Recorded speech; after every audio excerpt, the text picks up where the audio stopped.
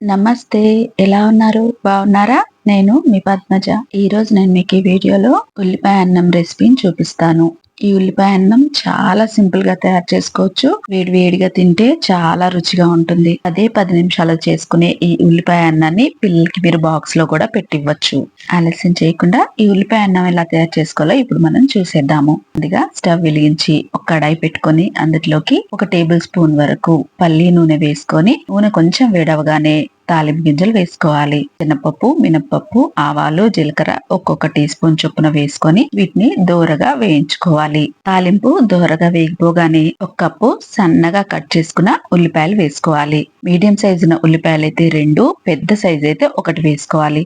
అలాగే మీరు తినే కారాన్ని బట్టి పచ్చిమిర్చి వేసుకోవాలి. ఇందులో మనం కారం వేయమండి, అందుకనే పచ్చిమిర్చి తోటే దీనికి కారం వస్తుంది. పిల్లల కోసం చేస్తున్నట్టయితే పచ్చిమిర్చి కొంచెం తగ్గించుకోండి. ఉల్లిపాయలు వేసుకున్న తర్వాత ఇదంతా కలిసిలాగా ఒకసారి కలిపేసుకొని ఇప్పుడు ఇందులోకి 2 రెమ్మల కరివేపాకు, 1/2 టీ స్పూన్ పసుపు, 1/2 టీ స్పూన్ ఉప్పు వేసుకొని ఇదంతా కలిసిలాగా కలిపేసుకొని ఉల్లిపాయల్ని మగ్గించుకోవాలి. ఉల్లిపాయలు గోల్డెన్ బ్రౌన్ కలర్ రావాల్సిన అవసరం లేదండి. ఉల్లిపాయలు మగ్గితే సరిపోతుంది. స్టవ్ ని లో ఫ్లేమ్ లో పెట్టుకొని ఉల్లిపాయల్ని మగ్గించుకోవాలి. చూడండి, ఉల్లిపాయలు ఇలా మగ్గిపోగానే ఇప్పుడు మనం ఇందులోకి 1/2 టీ స్పూన్ అల్లం వెల్లుల్లి పేస్ట్ వేసుకోవాలి. ఇప్పుడు అల్లం వెల్లుల్లి పచ్చివాసన పోయేదాకా వేపుకోవాలి. స్టవ్ ని లో ఫ్లేమ్ లోనే పెట్టుకొని వేపుకోండి, లేదంటే అడుగంటేస్తుంది. చూడండి, 2 నిమిషాలకి అల్లం వెల్లుల్లి పేస్ట్ లోని పచ్చివాసన పోయి ఉల్లిపాయ అంతా ఇలా చక్కగా మగ్గిన తర్వాత ఇప్పుడు మనం ఇందులోకి ముందుగానే ఉడికించి చల్లార్చి పెట్టుకున్న 1 కప్పు రైస్ ను వేసుకోవాలి. మీరు ఈ ఉల్లిపాయ అన్నాన్ని చద్దనంతో కూడా చేసుకోవచ్చు.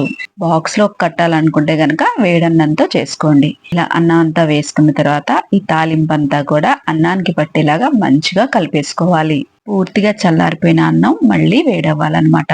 2 నిమిషాలకి ఈ తాలింపులో అన్నం అంతా చక్కగా కలిసిపోయి మంచిగా వేడైందంటే మన ఉల్లిపాయ అన్నం రెడీ అయిపోయినట్టే. ఇంకా స్టవ్ ఆఫ్ చేసేసి పైనుంచి సన్నగా తరిగిన కొత్తిమీర వేసుకొని ఇదంతా కలిసేలాగా ఒకసారి కలిపేసి వేడి వేడిగా సర్వ్ చేసుకోవడమే. ఈ ఉల్లిపాయ అన్నం రెసిపీ మా అమ్మదండి. దాదాపు 30 ఏళ్ల క్రితం మా అమ్మ చేసేది. మా అమ్మ మాకు చేసి పెట్టింది, అలాగే మా పిల్లలకు కూడా చేసి పెట్టింది. మా అమ్మ చేసే ఉల్లిపాయ అన్నం రెసిపీ అంటే మా పిల్లలకి చాలా ఇష్టం. మధ్య మధ్యలో పచ్చిమిరపకాయ నంచుకుంటూ వేడి వేడిగా ఈ ఉల్లిపాయ అన్నం తింటే చాలా అంటే చాలా బాగుంటుంది. ఈ ఉల్లిపాయ అన్నాన్ని మీరు బ్రేక్ఫాస్ట్ లాగా చేయాలనుకుంటే చద్దన్నంతో చేసుకోవచ్చు. బాక్స్ లో కట్టాలనుకుంటే గనక వేడన్నంతో చేసుకోండి. ఈ సింపుల్ అండ్ టేస్టీ ఉల్లిపాయ అన్నం రెసిపీని మీరు కూడా ఇంట్లో ఒకసారి తప్పకుండా ట్రై చేయండి.